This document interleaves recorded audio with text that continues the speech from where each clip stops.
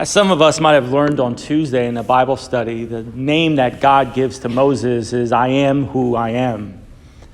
Meaning that it's a God whose essence, okay, and by essence I mean that which makes a thing what it is, okay?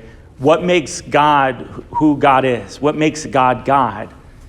It's the fact that he is pure and always existent. There was never a time where there was not a God, okay? There will never be a time where there's no God.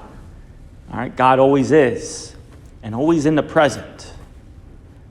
And not only is this God that we believe always in the present, always existing, and is the cause of all existence, he's the cause of all things, all creation, from the vast galaxies to the depths of the ocean. And it's this same God now that now invites us to ask him whatever it is that we need.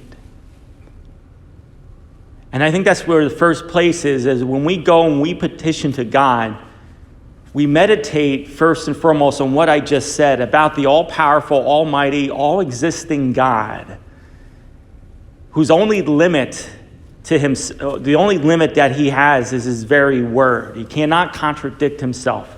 That's only God's limitation. Everything else is possible.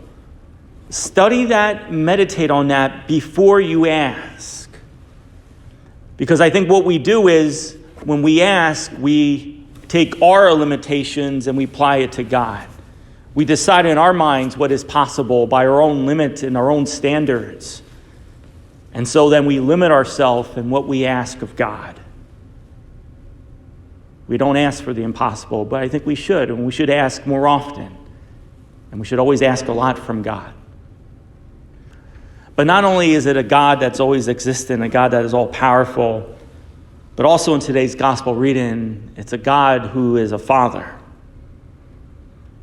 You know how to give gifts to your children. How much more will your heavenly Father give good things to those who ask?